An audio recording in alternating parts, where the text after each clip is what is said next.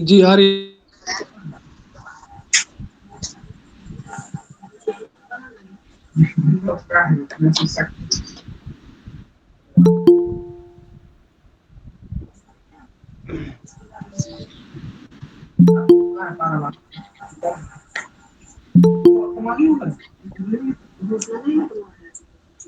राघवेंद्र जी start करें हम लोग। हाँ वही मैं अभी हम लोग शुरू करते हैं।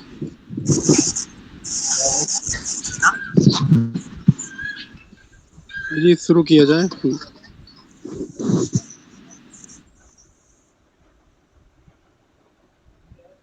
नमस्कार, सलाम, आदाब, good evening. Research scholar association, Indian research scholar association कुछ यहाँ पर मैं राघवेंद्र पीएचडी स्कॉलर अर्थशास्त्र में आयोजन में स्वागत करता हूँ और डॉक्टर बी आर अम्बेडकर जयंती की हार्दिक बधाई। और यह कहा जाता है कि 20वीं सदी गांधी की सदी थी और 21वीं सदी डॉक्टर अम्बेडकर की सदी है। तो इसका मतलब ये है कि हम डॉक्टर अम्बेडकर सदी में जी रहे हैं या डॉक्टर अम्बेडकर युग में जी रहे हैं। इसलिए आज डॉक्टर अम्बेडकर के जो विचार हैं आज के संदर्भ में कितना प्रासंगिक हैं, इस पर विचार करना, इस पर बहस करना, बात करना, चर्चा करना जरूरी है और इसलिए आज कार्यक्रम का आयोजन किया गया है। यह संगठन जो कार्यक्रम कर रहा है ये शोधार्थियों के जागरूक होने का प्रतिफल है, जो एक लगभग शांतता रहा एक लंबे समय तक। और जो अब कितनी सदी शुरू हुई और इस कितनी सदी के बाद से जो है शुरू होने के बाद से ये चीज़ें जो है चर्चा में आई हैं। हम अगर शोषण की बात करेंगे या सामाजिक जो दुर्व्यवहार हुआ है या अन्याय हुआ है हम उसकी बात करेंगे तो डॉक्टर अम्बेडकर पहले उन योद्धाओं में आते हैं जो इनके खिलाफ होकर के लड़ते हैं। राजनीतिज्ञ, बुद्धिजीवी और सामाजिक कार्यकर्ता शोषण और जुल्म इसके लिए लेकर के मुखर रहे हैं। लेकिन भारत में जो संस्थागत शोषण है वो आज़ादी के पहले का अगर हम बात करें या उसके बाद की बात करें तो ये लगातार जो है राष्ट्रव्यापी मुद्दा के रूप में रहा है। डॉक्टर अम्बेडकर या उसके बाद के लोगों या आज के लोग भी इससे काफ़ी काम कर रहे हैं और हम उन चीज़ों को मतलब कि इसे बात करेंगे। इससे पहले मैं डॉक्टर बी आर अम्बेडकर का संक्षिप्त में परिचय दे दूँ कि जो मतलब डॉक्टर बी आर अम्बेडकर का जो जन्म हुआ वो 14 अप्रैल 1891 ईस्वी में मध्य प्रदेश के महू छावनी में हुआ। वे अपने माता पिता के 14वें और अंतिम संतान थे। डॉक्टर अम्बेडकर के पिता महाराष्ट्र के रत्नागिरी जिले से थे। पिता रामजी वालदेव मूलाजी सकपाल महू में सूबेदार मेजर थे और माता भीमाबाई एक ग्रेडी थी। पत्नी रमाबाई थी और बाद में उनकी मृत्यु के उपरांत डॉक्टर अम्बेडकर दूसरी शादी किए और डॉक्टर सविता अम्बेडकर उनकी दूसरी पत्नी। डॉक्टर अम्बेडकर प्राथमिक शिक्षा अपने गांव के आसपास के स्कूलों से लिए, उसके बाद मुंबई से पढ़ाई की और फिर कोलंबिया और लंदन विश्वविद्यालय। डॉक्टर अम्बेडकर कई सारे चीज़ों के शौकीन थे जिसमें किताबें का कलेक्शन प्रमुख रूप से याद किया जाता है कि उनके पास उस समय लगभग 35,000 किताबें जो है। आज के कार्यक्रम के रूप में हमारे पास 3 माननीय वक्ता हैं। नंबर 1 पे Saroj doctor B D Ahirwar sir, आप प्रिंसिपल हैं एमपी में। दूसरे नंबर पे डॉक्टर मुलायम सिंह जी हैं, आप सत्यवती कॉलेज दिल्ली विश्वविद्यालय में।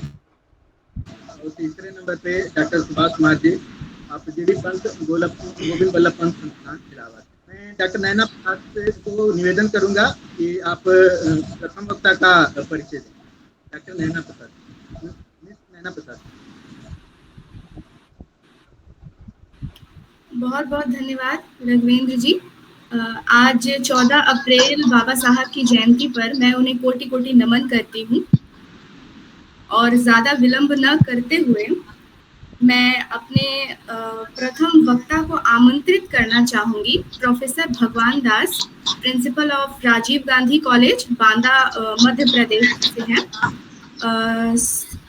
सर, मैं आपके शैक्षणिक योग्यता की बात अगर करूं तो एमए लोक प्रकाशन अर्थशास्त्र पीएचडी उन्होंने किया है बस्तर का जनजातीय विकास एवं प्रशासन। आपने विश्वविद्यालय डॉक्टर हरसिंह गौर विश्वविद्यालय सागर से समस्त उपाधियां ग्रहण की है।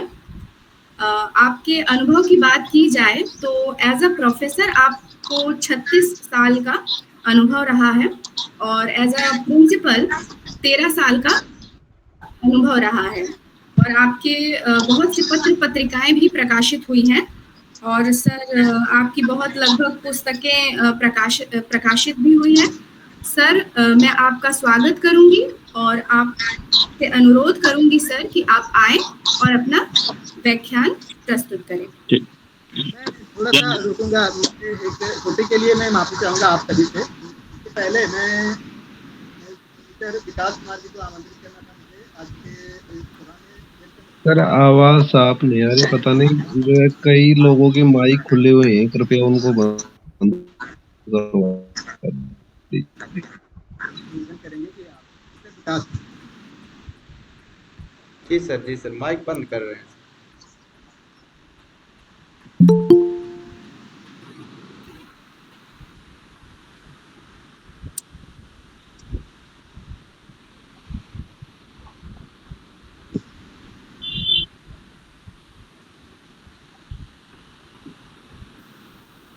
क्या राघवेंद्र जी कुछ बोल रहे हैं? आज सर मिस्टर विकास कुमार अभी बहुत कम समय में आप सबका स्वागत करेंगे और उसके बाद मैं आपसे निवेदन आपकी आवाज डिस्टर्ब हो रही है राघवेंद्र जी। सर मैं निवेदन का आपसे मैं अभी राघवेंद्र जी की आवाज स्पष्ट नहीं है। विकास जी आज के कार्यक्रम की शुरुआत आप परिचय से करें। विकास जी, राघवेंद्र जी की आवाज स्पष्ट नहीं आ रही है। मैं निवेदन कर रहा हूँ मिस्टर विकास कुमार को वेलकम स्पीच के लिए। ओके सो भगवान दास जी कौन है सर? भगवान दास जी कौन है? इनका माइक ओपन है, इनका माइक बंद करो। हाँ जी सर, माइक अभी म्यूट कर लें sir. Okay, you all can listen me? Yeah, please. So continue. so first of all, Raghavendra ji, I'm not doctor. I'm only Vikas. Sorry, Mr. Vikas. So sorry, Mr. Vikas. So first of all, I would like to welcome in core of my heart our speakers, Professor B.D. Ahirwar ji and Dr. Mulayam Singh ji, Dr. Subhas Kumar ji. They all have accepted our invitation very easily. I would like to welcome all executive members of Indian Research Scholars Association. They all have organized a very beautiful, always very beautiful lecture series in contemporary topic in research methodology and various subject that's very relevant for the research scholars.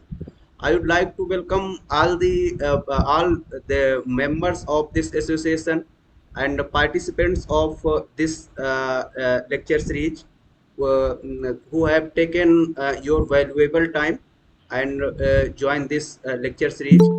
I want to welcome convener of this lecture series, Raghavendra Yadav ji, who is a very जैसे कि B D Ahirwar sir कहते हैं बहुत ही जुझारू research scholar हैं. So I can say as a very important research scholar and significant scholar this only not for this association, Raghavendra Yadav ji, co-convener of this lecture series, Naina Prasad ji, and our younger brother Ganeshi Lal ji, and all the executive committee members of this associations.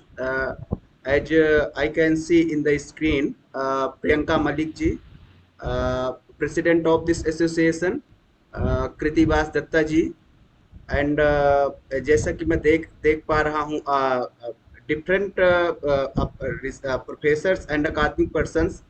They all are belong from different universities and colleges like Deepak Prasad ji, Uday Bhan ji, and जिसका मैं नाम नहीं ले पा रहा हूँ.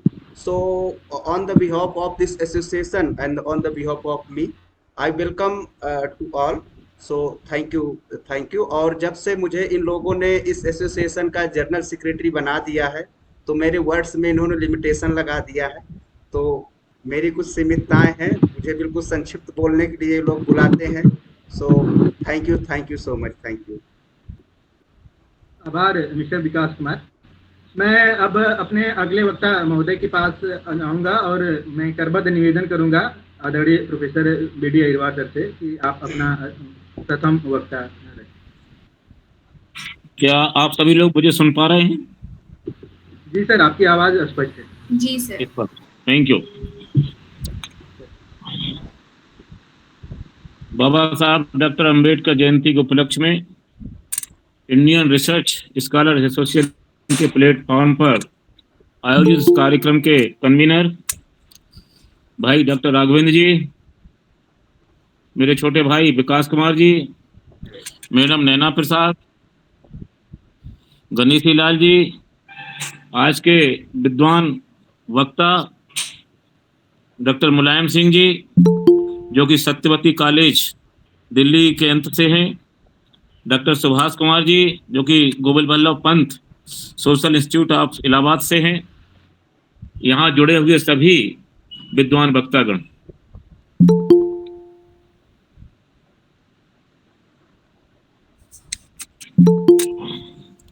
आप सबको मैं राधा जय भीम और डॉक्टर अंबेडकर के चरणों में अपनी नमन करता हूं। नमन करते आपके सामने मुखातिब होता हूं। डॉक्टर अंबेडकर को सबसे की बात कहूं उसके पहले मैं इंडियन रिसर्च स्कॉलर एसोसिएशन को इस बात के लिए धन्यवाद देना चाहूँगा कि उन्होंने डॉक्टर अंबेडकर पर यह लेक्चर सीरीज अरेंज की है। मैं ऐसी आशा कर सकता हूं कि इंडियन रिसर्च स्कॉलर एसोसिएशन केवल डॉक्टर अंबेडकर तक ही अपने लेक्चर को सीमित नहीं रखेगा।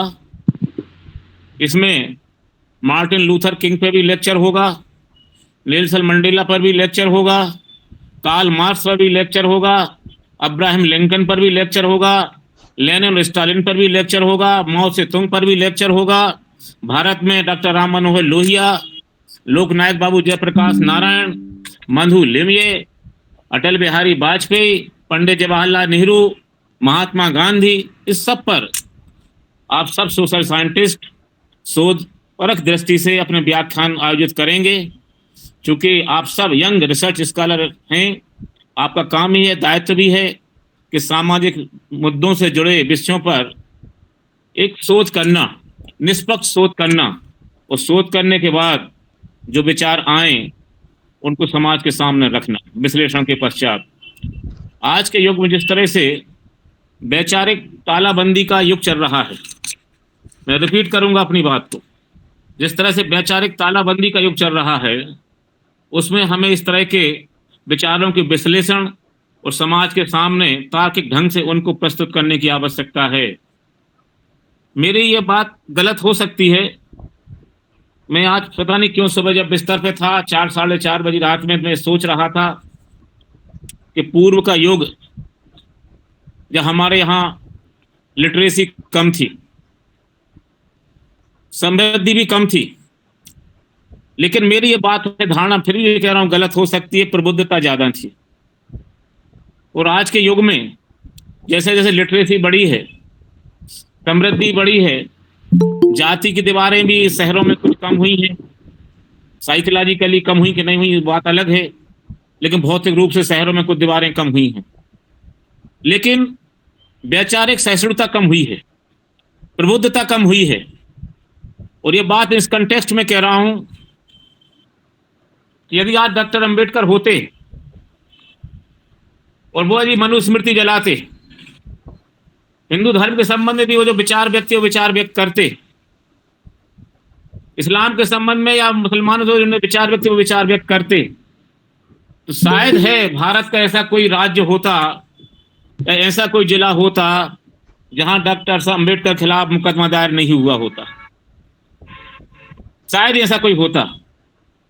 लेकिन उस समय लोग प्रबुद्ध थे, जो डॉक्टर अंबेडकर को सुन रहे थे, उनसे शास्त्रार्थ भी कर रहे थे, चर्चाएं भी कर रहे थे। आप सभी को याद होगा कि जब डॉक्टर अंबेडकर ने मद्रास में पेरियर रामास्वामी नायकर के साथ मिलकर के गीता पे कुछ चर्चा की या कुछ टिप्पणी की, तो गोयनका जी को बुरी लगी और गोयनका जी डॉक्टर अंबेडकर से मिलने उनके आवास पर गए। उन्होंने अपना विरोध व्यक्त किया। डॉक्टर अंबेडकर ने उसमें अपना विश्लेषण व्यक्त किया, प्रस्तुत किया। गोयनका जी ने अंबेडकर के खिलाफ मुकदमा दायर नहीं किया। उस समय के जो भी अपोनेंट्स थे, पॉलिटिकल अपोनेंट्स थे, रिलीजियस अपोनेंट्स थे, किसी ने भी डॉक्टर अंबेडकर के संबंध में मुकदमा दायर नहीं किया। उस समय की तुलना में आज करता हूं कि आज तो हमारी जिस तरह से लिटरेसी बढ़ी है, विश्वविद्यालय बड़े हैं, शोध हुए हैं, लोगों को प्रबुद्धता ज्यादा होना चाहिए, आत्मसहिष्णुता ज्यादा होना चाहिए, लेकिन आज के युग में हम एक दूसरे को मानसिक रूप से बर्दाश्त नहीं कर पा रहे हैं।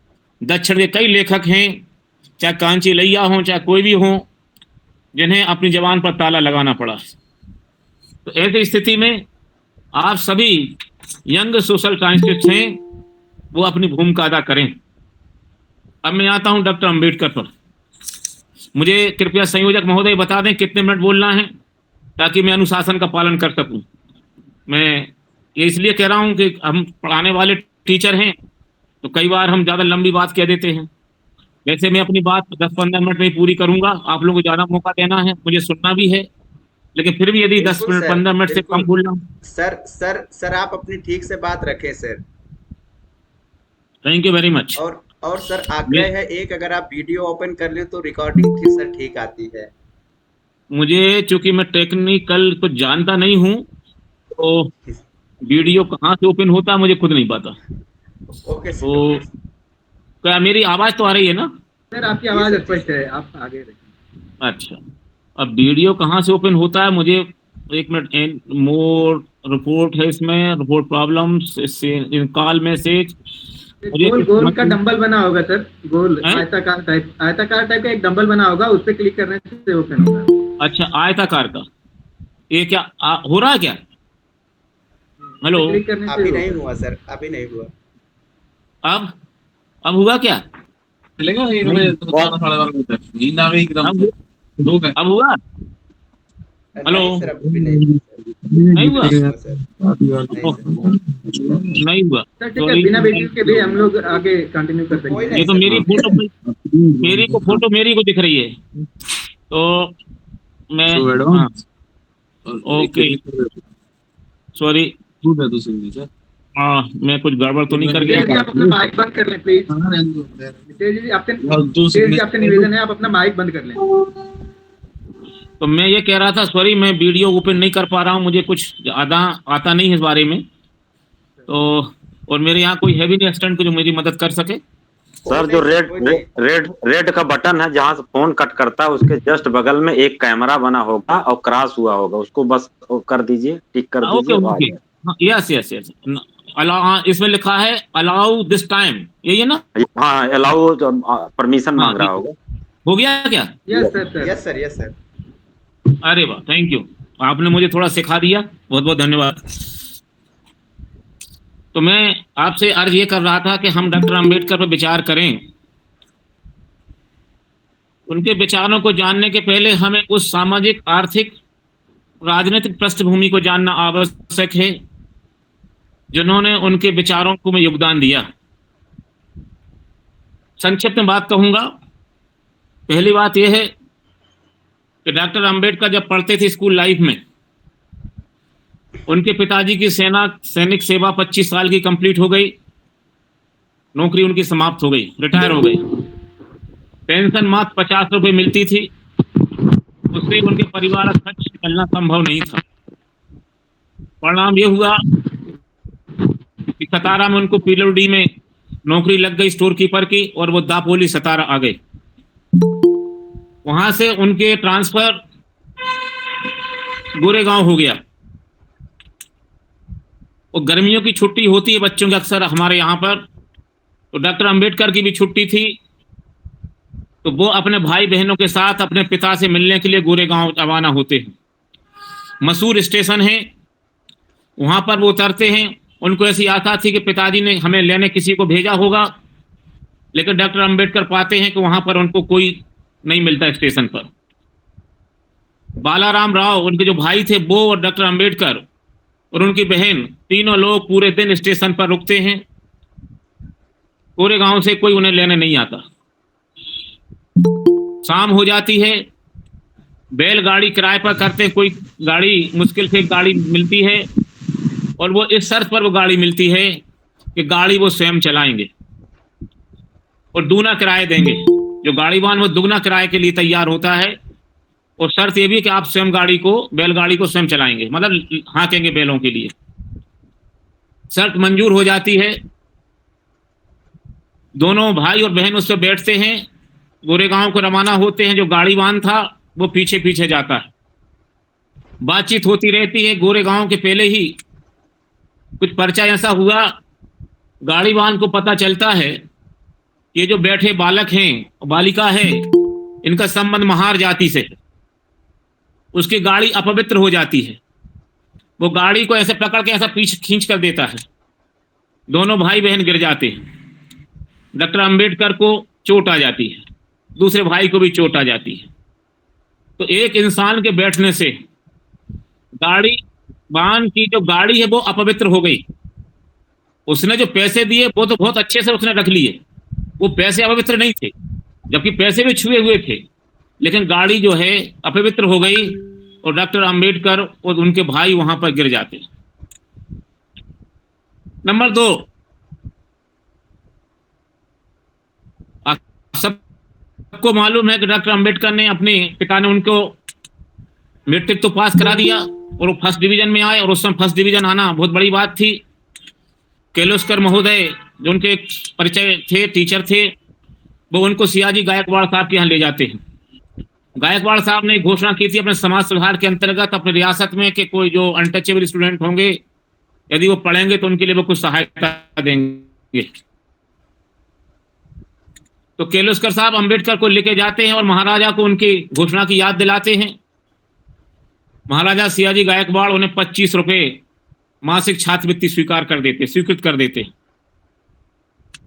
इस सहायता से और कुछ घरेलू काम करके कुली की भी काम किया डॉक्टर अंबेडकर ने। वो एल्फिंस्टन कॉलेज से बीए की डिग्री प्राप्त कर लेते और डिग्री प्राप्त करने के बाद डॉक्टर अंबेडकर स्वाभाविक रूप से महसूस होता है कि उन्होंने महाराजा का, उनके ऊपर ऋण है, उन्होंने छात्रवृत्ति उन्हें स्वीकृत की थी, उनको ऋण को चुकाना चाहिए। महाराजा से वो कहते हैं कि मैं स्टेट के लिए समर्पित हूं। उन्हें लेफ्टिनेंट पद दिया जाता है। अंबेडकर बड़ौदा पहुंचते हैं, राजधानी जो थी बड़ौदा पहुंच करके वो क्या देखते हैं कि लेफ्टिनेंट का पद तो उनको मिल गया, लेकिन रहने की कोई व्यवस्था नहीं हुई। डॉक्टर अंबेडकर स्वयं लिखते हैं कि मैंने पैदल चल के, मुझे सवारी भी नहीं मिली, पूरी गलियां कूचे छान मारे, लेकिन मुझे कहीं कोई मकान रहने को नहीं मिला। परेशान हो जाते हैं, कहाँ रहें। आप सोचिए कि जो व्यक्ति लेफ्टिनेंट है, वह व्यक्ति वहां के बगीचों, फुटपाथ पर अपनी रात गुजारा करता था। अपनी व्यथा को कहने के लिए वो महाराजा गायकवाड़ के पास पहुंचते हैं। उसी समय महाराज और आगे के सोशल रिफॉर्म मूवमेंट के तहत कुछ विद्यार्थी विदेश जाने की बात कर रहे थे। उस समय अंबेडकर पहुंचते हैं, महाराज के सामने अपनी अंबेडकर व्यथा कहते। उसके पहले ही महाराज उनसे पूछते हैं, क्या तुम अमेरिका जाना चाहोगे पढ़ने के लिए? अंबेडकर बड़े भौचक रह जाते हैं, वो अपनी बात कहना चाहते हैं। उसके पहले कि वो बात महाराजा समझ पाते ना, महाराज दोबारा पूछने लगते हैं कि क्या तुम जाना चाहोगे? अंबेडकर अपनी शिकायत को भूल करके उनके सामने हाथ जोड़ लेते, बिल्कुल मैं जाना चाहूँ, स्वेच्छा से जाना चाहूंगा। उनकी बात सुनकर महाराज खुश होते हैं और उन्हें 11.5 पाउंड मासिक की छात्रवृत्ति स्वीकृत कर दी जाती है 2 साल के लिए। ये थी 13 जून 2016 से 15 जून 2018 तक छात्रवृत्ति उन्हें दे दी जाती और उनसे कहा जाता है कि आप शिक्षा मंत्री को, रियासत के शिक्षा मंत्री को दरखास्त लिखें, मैं तुम्हारे अमेरिका की कोलंबिया यूनिवर्सिटी में भेजने का प्रबंध करता हूं। दरखास्त लिखी जाती है, महाराजा के आदेश पर छात्रवृत्ति स्वीकृत हो जाती है और डॉक्टर अंबेडकर कोलंबिया यूनिवर्सिटी से एमए और पीएचडी करके लौटते हैं। जब वो एमए और पीएचडी करके लौटते हैं, पुनः महाराजा की सेवा में उपस्थित करते हैं अपने आप को। महाराजा बहुत प्रसन्न होते कि उनकी सहायता से एक विद्यार्थी विदेश में जा कोलंबिया यूनिवर्सिटी जैसी यूनिवर्सिटी में जाकर के एमए पीएचडी करके लौटा है। वो उन्हें अपनी रियासत का वित्त मंत्री बनाना चाहते थे, अतः उसकी अंदरूनी रियासत के जो वित्त विभाग उसके अंदरूनी बातों को समझने के लिए उन्हें डिप्टी अकाउंटेंट जनरल का पद उन्हें दिया जाता है और वो पद दे करके उनसे कहा जाता बड़ौदा जाएं। वहां पर डॉक्टर अंबेडकर फिर बड़ौदा जाते हैं। वहां की व्यथा पर वही चालू हो जाती है। उन्हें रहने के लिए कहीं मकान नहीं मिलता, कोई होटल किराए से नहीं देता, यहां तक कि कोई सवारी नहीं देता कि अंबेडकर बड़ौदा मकान ढूंढ सको सब बैठ करके। जो ऑफिस था उसकी स्थिति ये थी, कोई चपरासी उन्हें पानी पिलाने को तैयार नहीं था, कोई क्लर्क अपनी फाइल अंबेडकर के पास लाने को तैयार नहीं था। कई बार अंबेडकर परेशान हो जाते थे, वो खुद जाकर के उठकर अपनी फाइल क्लर्क को सौंपते थे किस काम करने के लिए, और जब अंबेडकर से टच कर लेते टेबल के लिए वो लोग बौखला जाते थे, वो बौखला जाते थे। ऐसी परिस्थितियां बनी, यहां तक कि एक सभा की गई वहां के सेक्रेटरीट के कर्मचारियों ने, और डॉक्टर अंबेडकर को एक मैसेज दिया गया कि उनसे कह दिया जाए कि वो हमारी टेबलों के पास ना आया करें। सेक्रेटरीट के जो कर्मचारी थे उनका एक क्लब था जिसमें वो शाम को ऑफिस छुट्टी के बाद मनोरंजन किया करते, खेल खेला करते थे विभिन्न तरह की। डॉक्टर अंबेडकर ने भी उस क्लब में जाने की इच्छा व्यक्त की। वहां पर उनसे कह दिया गया कि आप खेल दूर से देख तो सकते हैं, लेकिन किसी भी इवेंट को आप पार्टिसिपेट नहीं कर सकते। किसी तरह से दिन तो उनका ऑफिस में कट जाता था, लेकिन रात वो कहाँ काटे। जब परेशान हो गए, उनके पिता का एक मित्र था पारसी, वो मिला, उनको उन्होंने अपनी व्यथा सुनाई। उसने द्रवित होकर के अपनी जहांगीरी जो होटल थी उसमें डॉक्टर अंबेडकर को एक कमरा किराए से दे दिया और डॉक्टर अंबेडकर वहां रहने लगे। लेकिन रियासत यहाँ जो ऑफिस था वहां वही बात थी कि क्लर्क आने को तैयार नहीं। डॉक्टर अंबेडकर वहां जाए तो उनको परेशानी हो, चपरासी भी पानी देने को तैयार नहीं। और वो सबसे बड़ी बात ये थी कि रियासत की जो पूरी सेक्रेटरी है उसमें ये विचार फैल गया था कि डॉक्टर अंबेडकर को महाराजा बड़ा हमारा वित्त मंत्री, अब बड़ा अधिकारी बना रखा है हमसे ऊपर, ये हम हिंदुओं कैसे बर्दाश्त होगा। सारी रियासत में चर्चा फैल गई, और जब रियासत में चर्चा फैली तो पूरे बड़ौदा में भी फिर चर्चा फैल गई। और इस चर्चा के क्रम में जितने जो ईरानी थे, पारसी थे, उनको भी चर्चा फैल गई। जब उनको खबर लगी कि डॉक्टर अंबेडकर से अछूत जहांगीरी होटल में रुका हुआ है, उन पारसियों को भी बर्दाश्त नहीं हुआ। 15-20 पारसी ने हाथ में लठ लिए और डॉक्टर अंबेडकर को नहीं बल्कि वो जो जहांगीरी होटल का जो मालिक था उसको मारने के लिए इकट्ठे आ गए। डॉक्टर अंबेडकर खुद लिखते हैं कि जैसे भोजन आदि से निवृत्त होकर ऑफिस जाने के लिए तैयार था, वहां पर ये जो आ गए और आने के बाद उससे कहा कि तुम्हारे यहाँ एक अछूत ठहरा हुआ है, उसको निकालो नहीं तुम्हारा सिर फोड़ देंगे। उसी बीच डॉक्टर अंबेडकर आ जाते हैं, उससे पूछते तुम कौन हो? उन्होंने कहा मैं हिंदू हूँ। सच बोलो तुम कौन हो? बोले हिंदू हूँ। नहीं तुम अनटचेबल हो, अभी होटल छोड़ दो, ये तुम्हारा भी सिर फोड़ देंगे। डॉक्टर अंबेडकर विनम्रता के साथ 8 घंटे की अपील मोहलत मांगते हैं। यदि भीड़ थी, मूव था, वो डॉक्टर अंबेडकर पर पिघल जाती और 8 घंटे की मोहलत दे देती है। 8 घंटे की मोहलत में 8 घंटे में डॉक्टर अंबेडकर को वो जहांगीरी होटल भी खाली करना पड़ता है। अब बताएं, जो रियासत का, बड़ौदा जैसी रियासत का डिप्टी अकाउंटेंट जनरल था, उसको कहीं कोई ठिकाना नहीं। 1-2 दिन डॉक्टर अंबेडकर पार्क में अपनी रात गुजारते हैं और उसके बाद जब बर्दाश्त नहीं होता पुनः वो बड़ौदा वापस चले जाते हैं, बॉम्बे वापस चले जाते हैं। महाराजा को अपनी व्यथा सुनाते हैं, लेकिन महाराजा सियाजी गायकवाड़ जो बहुत बड़े सोशल रिफॉर्मिस्ट भी माने जाते हैं, डॉक्टर अंबेडकर को रहने की कोई व्यवस्था नहीं कर सके। डॉक्टर अंबेडकर खींच करके अपनी रेजिग्नेशन भेज देते। उसके बाद वहां पर वो अपना खर्च चलाने के लिए वो ईरान पारसियों के 2 बच्चों की ट्यूशन करते हैं, बड़े मुश्किल से उन्हें ट्यूशन मिलती है और वो 100 रुपये का इंतजाम हो पाता है। यही नहीं, इसके आगे एक पारसी ने जो ट्यूशन दी थी, इसके आगे डॉक्टर अंबेडकर एक स्टॉक एडवाइजरी कमेटी संस्था बनाते हैं, स्टॉक एडवाइजरी। लेकिन दूसरे मारवाड़ी व्यापारी को पता चलता है कि इनकी हम संस्था चलने के लिए, वो अपनी एक समकक्ष संस्था खोल लेता है और प्रचार प्रसार कर देता है कि ये किसी मारवाड़ी गुजराती की नहीं है, ये जो है वो एक अनटचेबल की है, यहाँ कोई ना जाए। डॉक्टर अंबेडकर उसको भी नहीं चला पाते। एक ऐसा व्यक्ति जो MA PhD है, उसे अपना गुजारा करना मुश्किल हो जाता है। इसके बाद डॉक्टर अंबेडकर को जब एडवर्टाइजमेंट निकला कि लॉर्ड सेडनम कॉलेज में अर्थशास्त्र के प्रोफेसर पद खाली है, वहां पर वो अप्लाई करते हैं। लॉर्ड सेडनम से उनकी इंडिया से लाइब्रेरी में चर्चा हुई थी, भेंट हुई थी। उस बैठक का वो हवाला देते, उनको पत्र लिखते हैं कि मैंने आपकी कॉलेज के लिए अप्लाई किया है।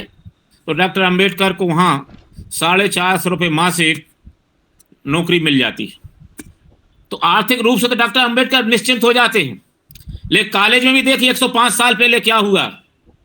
वहां पे भी जब डॉक्टर अंबेडकर जाते हैं तो उनके कलीग जो थे, वो कलीग उस गिलास में उनको पानी नहीं पी जाए। बॉम्बे के लॉर्ड सेडनम कॉलेज में उनके कलीग उस गिलास में पानी नहीं पीने देते जिस गिलास में वो पानी पीते थे। डॉक्टर अंबेडकर को वहां पर भी अपना अलग गिलास रखना पड़ता है। वहां के अध्यक्ष प्रोफेसर ने विद्यार्थियों को भड़काने की कोशिश की, लेकिन विद्यार्थी वो कामयाब नहीं हो सके। उनकी कक्षाएं बराबर ठसाठस भरी रहती थी। दूसरे लोग भी विद्यार्थी वहां पर आते थे उनके लेक्चर को सुनने के लिए। वो जब देखा कॉलेज में बराबर डॉक्टर अंबेडकर के जैसे लोगों से संस्था के एनरोलमेंट बहुत बढ़ रहा है, अगले साल प्रिंसिपल उस पर रोक लगा देता है कि स्थान अभाव नहीं है। कई प्रिंसिपल डॉक्टर अंबेडकर वहाँ आमंत्रित करते हैं कि आप हमारे यहाँ हमारे कॉलेज में, लेकिन निष्ठावान अंबेडकर मना कर देते कि मैं जिस कॉलेज में उस कॉलेज में रहूँगा।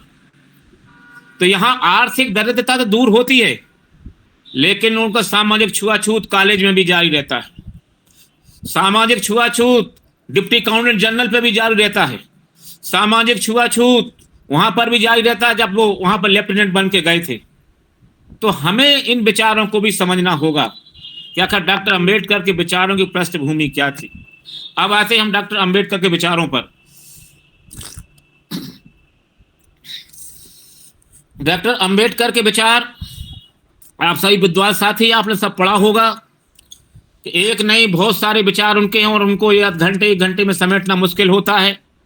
यदि हमें उनके विचार जाति व्यवस्था, सामाजिक व्यवस्था के संबंध में पढ़ना है, जानना है, तो उन्हें हम castes in India, annihilation of caste पढ़ना पड़ेगी। यदि हमें महिलाओं के बारे में उनके विचार जानना है तो rise and fall of Hindu woman पढ़ना पड़ेगी। यदि पाकिस्तान के बारे में उनके विचार जानना है तो थॉट्स ऑन पाकिस्तान पढ़ना पड़ेगा। यदि हमें कांग्रेस और गांधी के बारे में जानना है तो what Congress and Gandhi have done to untouchables, वो पुस्तक पढ़ना पड़ेगी। तो उनके विचार तो असंख्य हैं, लेकिन यहाँ हम सभी डॉक्टर अंबेडकर के विचारों को जानना चाहें तो मैं समझता हूँ कि यहाँ हमें गांधी और अंबेडकर के संबंध में जो वार्तालाप है या जो चर्चाएं हैं उनको यदि हम समझें तो ज़्यादा प्रासंगिक होगा। उससे हम डॉक्टर अंबेडकर के विचारों को कुछ जान सकेंगे।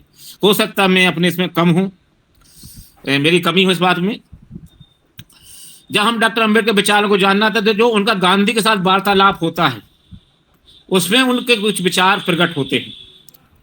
वो बात ये थी कि यद्यपि इस बात में ये बात डिस्प्यूटेबल भी हो सकती है, डिस्कशनेबल भी हो सकती है कि महात्मा गांधी को भारतीय स्वतंत्रता का जनक कहा जाता है, इसमें कोई शक नहीं है। लेकिन फिर भी मैं कह रहा हूं कि मेरा जो स्टेटमेंट है ये डिस्प्यूटेबल भी हो सकता है। लेकिन अल्टीमेटली एक आम आदमी धारणा है कि भारत की स्वतंत्रता संग्राम में महात्मा गांधी का योगदान था और उन्हीं की वजह से देश की आज़ादी मिली।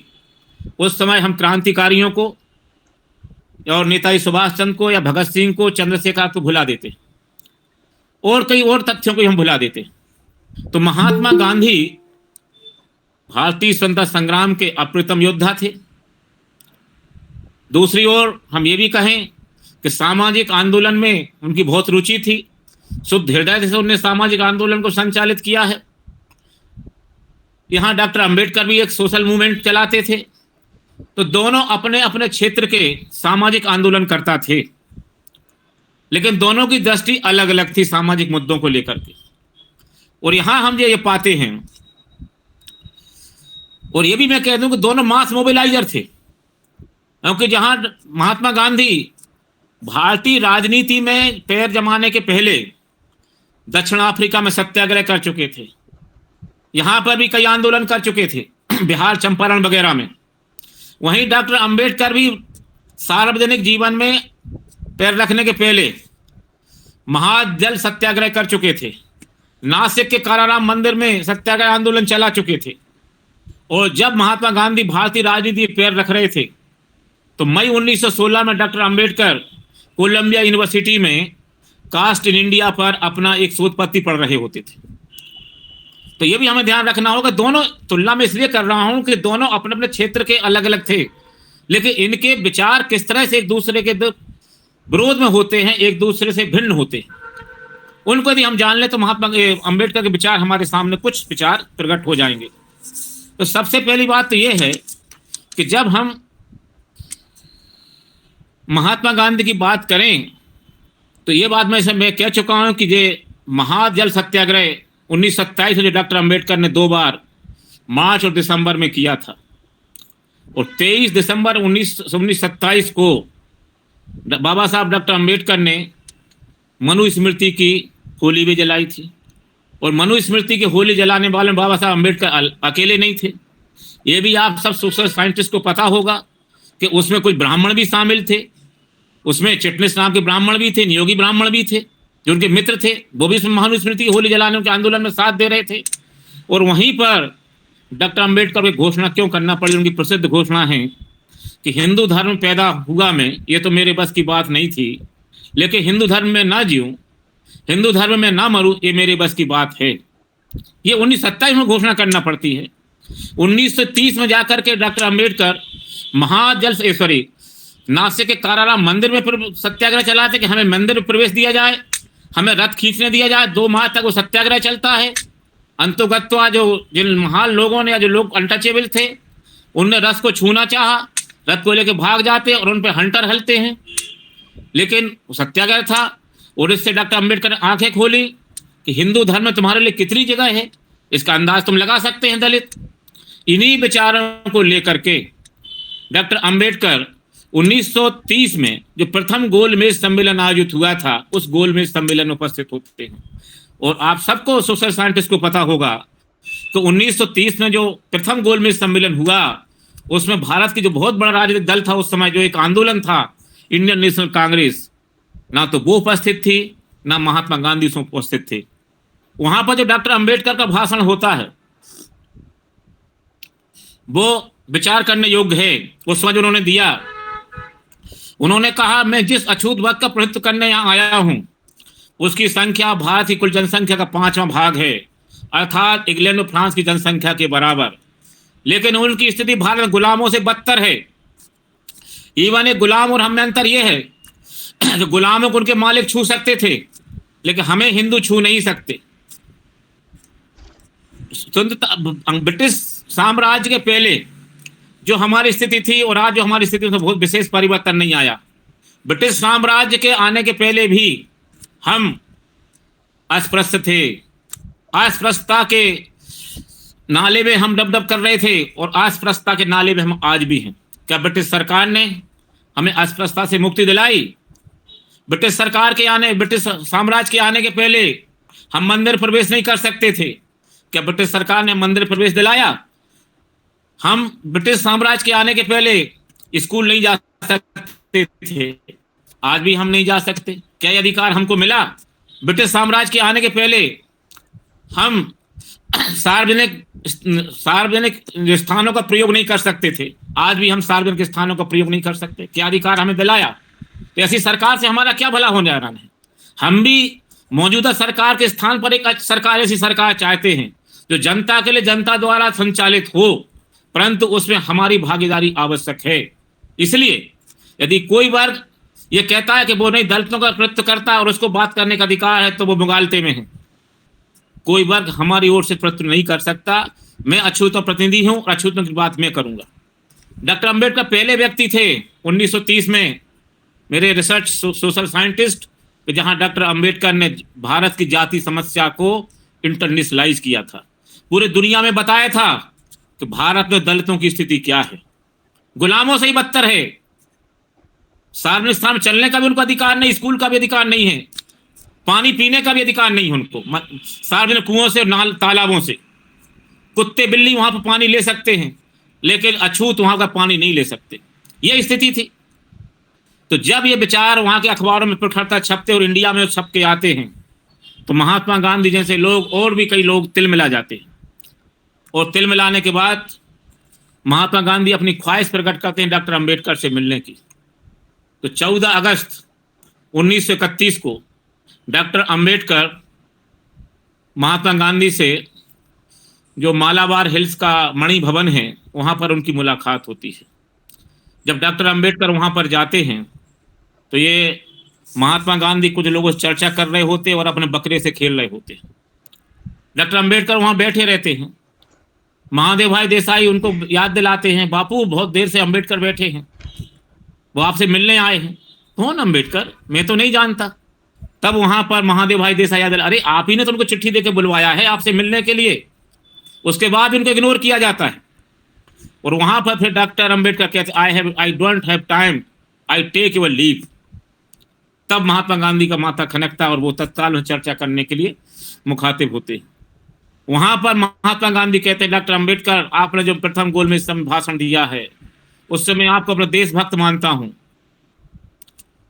और मैं आपसे कहता हूं कि ये मातृभूमि आपकी है, इस मातृभूमि के लिए आप संघर्ष करिए। तो वहां जो डॉक्टर अंबेडकर ने कहा वो बहुत बड़ी बात है।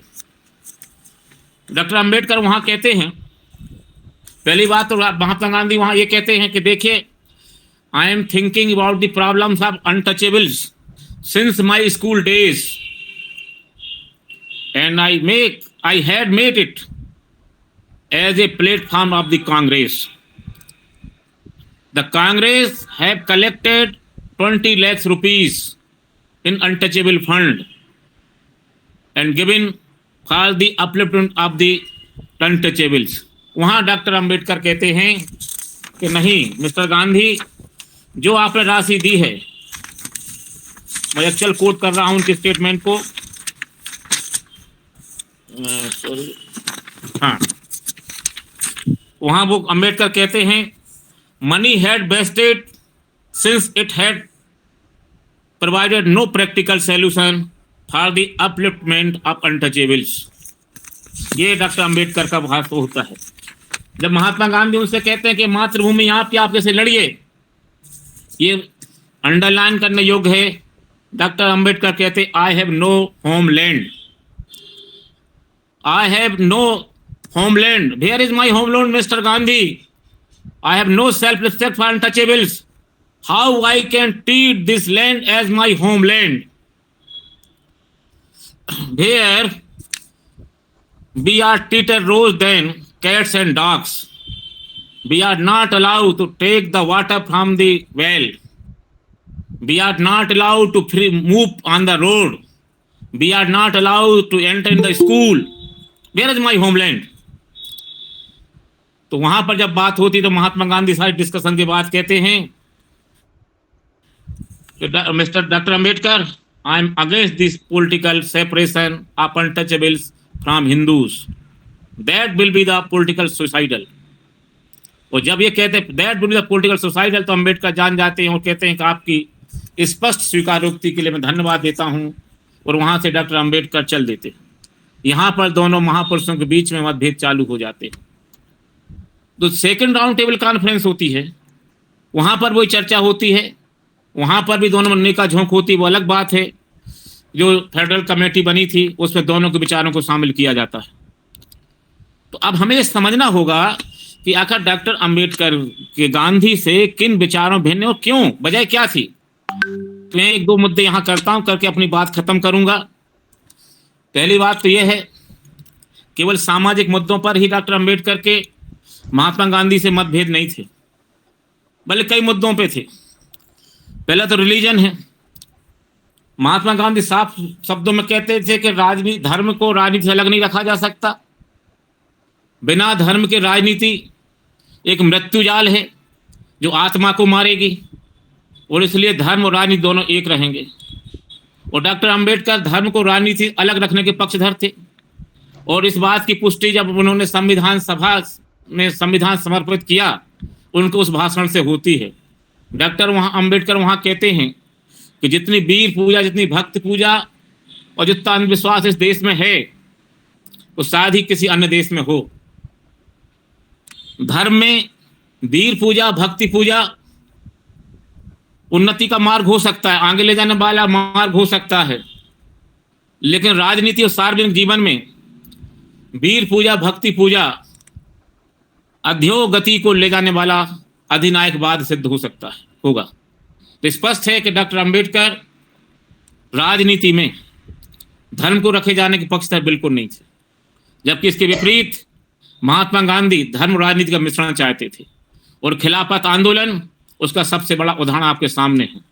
केवल खिलाफत आंदोलन नहीं, बल्कि आगे आने वाले समय में भी बराबर महात्मा गांधी ने धर्म का राजनीतिक मिश्रण किया है, जिसको जो हमारे सेकुलरिज्म के जो बुनियादी प्रिंसिपल था उसके खिलाफ थी। Number 2, parliamentary democracy. आप सबको मालूम है कि महात्मा गांधी जो इंग्लैंड की संसद थी, जिससे उसमें कानून हमारे देश में चलते थे, उसको क्या कहते थे? उन्होंने साफ साफ कहा था ये तो एक बांझ है, एक प्रोस्टिट्यूट है। स्पष्ट शब्दों में कहा था कि इंग्लैंड की संसद को उन्होंने एक प्रोस्टिट्यूट की संज्ञा दी थी, एक बांझ की संज्ञा दी थी। इसके विपरीत डॉक्टर अंबेडकर संसदीय साधन प्रणाली का पुरजोर समर्थन करते हैं, और वो यदि बिल्कुल संक्षिप्त में कहा जाए तो संविधान सभा में जब इस मॉडल पर चर्चा हो रही थी कौन सा मॉडल अपनाया जाए, तो उन्होंने स्पष्ट रूप से कहा था कि भारत जैसे देश में जहाँ पर कि अत्यधिक गरीबी, असमानता, निरक्षरता, बहुत सारी बुराइयां हैं, वहाँ पर स्थायी सरकार की बजाय उत्तरदायी सरकार का होना आवश्यक है।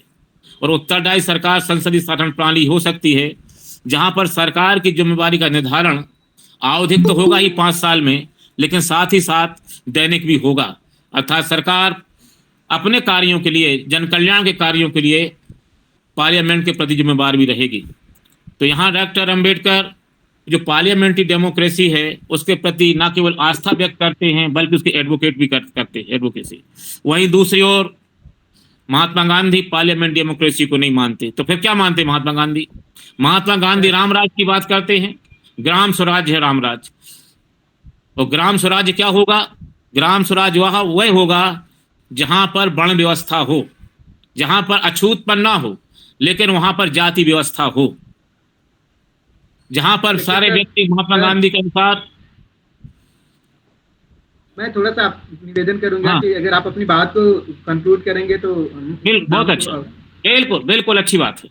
बिल्कुल 2 मिनट से ज्यादा नहीं लूंगा, मैं तो एक अनुशासित व्यक्ति हूं। तो वहां पर महात्मा गांधी जहां ग्राम स्वराज की बात करते हैं, वहां डॉक्टर अंबेडकर ग्राम स्वराज की धारणा से बिल्कुल असहमत होते हैं।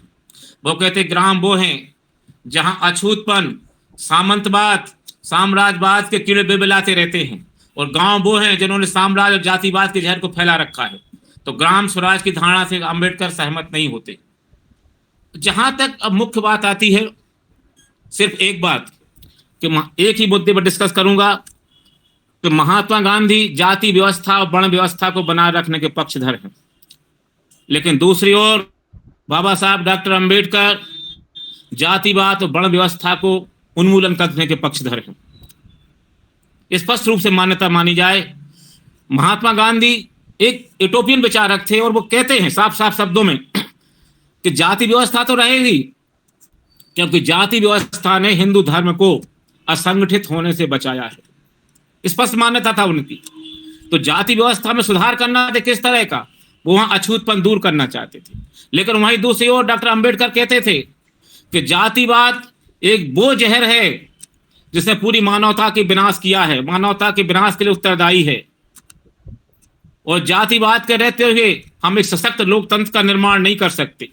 जातिवाद के रहते हुए हम राष्ट्रवाद की भावना नहीं बना सकती, क्योंकि जितने लोग हैं और जितनी जितनी जातियां हैं, उन सभी जातियों में परस्पर वो अपने स्वहित की बात सोचते हैं, और वो स्वहित की बात ही नहीं सोचते, उनके लिए जाति ही समाज होता है, जाति ही राष्ट्र होता है। और इस तरह से परस्पर घृणा, द्वेष, ईर्षा की भावना आती है, इनसे सांप्रदायिकता, अलगाव की भावना पनपती है, और यही विरोधी है। तो डॉक्टर अंबेडकर जातिवाद का विरोध करते हैं, महात्मा गांधी जातिवाद को बनाए रखना चाहते हैं। वर्ण व्यवस्था, महात्मा गांधी वर्ण व्यवस्था की खुल के वकालत करते, वहां साफ साफ कहते कि वर्ण व्यवस्था हिंदू धर्म का एक आध्यात्म है, क्योंकि वर्ण व्यवस्था में यह सिखाया जाता है कि प्रत्येक व्यक्ति को अपना खानदानी पेशा करना चाहिए अपनी जीविका के लिए। वर्ण व्यवस्था गांधी के अनुसार कर्तव्यों की परिभाषित करती है, अधिकारों की बात नहीं कहती। और यहाँ ये कहती है कि एक धर्म उपदेशक का व्यवसाय और एक सफाई कर्मचारी का व्यवसाय बराबर है। तो महात्मा गांधी के वर्ण व्यवस्था के बारे में ये विचार होते हैं। डॉक्टर अंबेडकर वर्ण व्यवस्था से बिल्कुल अपने आप भिन्न पाते, महात्मा गांधी भिन्न पाते हैं। वो कहते हैं कि यदि जातिवाद को खत्म करना तो वर्ण व्यवस्था खत्म करना पड़ेगा, क्योंकि जातिवाद की जननी वर्ण व्यवस्था है, और जब तक वर्ण व्यवस्था खत्म नहीं होती जातिवाद नहीं जा सकता। तो यहाँ जातिवाद के संबंध में, वर्ण व्यवस्था के संबंध में दोनों महापुरुषों में विचार अलग अलग पाए जाते हैं। जिस रामराज की बात करते हैं महात्मा गांधी, बाबा साहब अंबेडकर उस रामराज से सहमत नहीं होते। जिस मशीनरी युग का वो विरोध करते हैं, बाबा साहब अंबेडकर उस मशीनरी युग की वकालत करते हैं। इवन सुभाष चंद्र बोस भी गांधी से यहाँ सहमत होते मशीनरी के सामने, और कई मुद्दों पर लोहिया भी सहमत नहीं होते महात्मा गांधी सामाजिक विचारों के मामले में। इस बात को भी हमें ध्यान रखना चाहिए। अंत में चूंकि आपने बात कही है, तो मैं डॉक्टर अंबेडकर के इस कथन के साथ ही अपनी बात कहूंगा, जो उन्होंने 10 दिसंबर 1946 को संविधान सभा में जब नेहरू ने उद्देश्य प्रस्ताव रखा था, उस समय कहा था। डॉक्टर अंबेडकर ने स्पष्ट रूप से कहा था कि मुझे भारत के आर्थिक, सामाजिक, राजनीतिक ढांचे के विकास के बारे में कोई संदेह नहीं है, कोई संदेह नहीं। ये बात सही है कि हम लोगों में आपसी कलह जारी है, और मैं स्वयं कलह करने वाले दल का एक नेता हूं, लेकिन इसमें कोई शक नहीं है कि समय बदलेगा, नया समय आएगा, और ऐसी कोई बात नहीं जो हमें एक राष्ट्र होने से रोक सके। तो हम एक राष्ट्र, हम मतांतर, जाति पाति के रहते हुए भी परिस्थिति बदलेंगी जब हम एक राष्ट्र के होकर रहेंगे और एक राष्ट्र निर्माण करेंगे। अगली बात इस कोर्ट को कहूंगा जो डॉक्टर अंबेडकर ने संविधान सभा में संविधान को समर्पित हुए कहा था। उनके विचारों की बात कर रहा हूं कि यदि हम सुदृढ़ लोकतंत्र को प्राप्त करना चाहते हैं तो हमें अपने सामाजिक आर्थिक लक्ष्य वैध मार्ग से प्राप्त करना होंगे, हिंसात्मक कूटनीति के सहारे नहीं। भारत में जितनी पीर पूजा, भक्ति पूजा, गरुड़ पूजा है, वह जैसा मैंने अभी बताया था कि व्यक्ति को धर्म में मुक्ति का मार्ग तो प्रशस्त कर सकती है, लेकिन सार्वजनिक जीवन में वह अधोगति की ओर, पराभव की ओर ले जाने वाला अधिनायकवाद साबित होता है। भारत में जितनी 1947-50 को जैसे भारत लोकतंत्र प्राप्त हुआ, और डॉक्टर अंबेडकर कहते हैं उस संबंध में कि भारत में जितनी जाति हैं उतनी राष्ट्रीयताएं हैं। अनेक जातियों बटे लोग हम एक राष्ट्र कैसे हो सकते हैं? जातियों के रहते एक आत्मवंचना की स्थिति बनती है। और यदि हमें राजनीतिक समानता मिल गई, लेकिन यहाँ के सामाजिक जीवन में आर्थिक विषमता का बोलबाला है, सामाजिक विषमता का बोलबाला है, और जिसे हमें शीघ्र मिटाना होगा। और यदि हमें नहीं लोकतंत्र का महल शीघ्र मिट्टी में मिल जाएगा। तो हमें लोकतंत्र के सामने चुनौतियां हैं, उन चुनौतियों को समझने में और दूर करने में ज्यादा भी संकोच नहीं करना चाहिए। यही राष्ट्र की सच्ची सेवा होगी। तो इसी डॉक्टर अंबेडकर शब्दों के साथ मैं अपनी वाणी को विराम देता हूं। आप सबने मुझे सुना, धैर्य के साथ सुना, शायद लंबा हो गया होगा, उसके लिए मैं क्षमा प्रार्थी भी हूँ। पुनः आप सबका धन्यवाद। सर, बहुत बहुत आभार आपका एक सूचनापूर्ण तथ्यों के आधार पर विश्लेषणात्मक वक्तव्य के लिए। निश्चित रूप से ये वक्तव्य हम सभी लोगों के श्रोताओं को काम आएगा और हमारे ज्ञान में कुछ अर्जन होगा। कई सारे तथ्य थे जो आज संकट जिस दौर से हम गुजर रहे हैं, जो वैचारिक तालाबंदी से आप शुरू किए हैं और फिर अम्बेडकर के बचपन से लेकर के उनके शैक्षणिक समय से लेकर के और उसके बाद जब नौकरी में आए तो किस किस तरह के समस्याओं को जूझे और फिर उसको मतलब कि हटाने के लिए किस किस तरह से वो संघर्ष किए और किन किन रूपों में अपना योगदान दिए।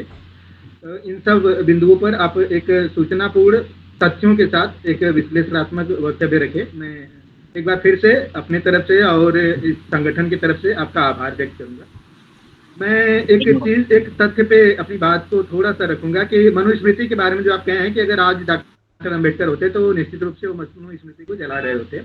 रामधारी सिंह दिनकर ने कहा था, स्वतंत्र भाव नर का अदम्य, वह जो चाहे कर सकता है, शासन की कौन बिसात, पांव विधि के लिपि पर धर सकता है। डॉक्टर अम्बेडकर उस शख्सियत का नाम है जिन्होंने मनु के विधि के लिपि पर पांव रखा है और सिर्फ पांव ही नहीं रखा बल्कि उसे पूरी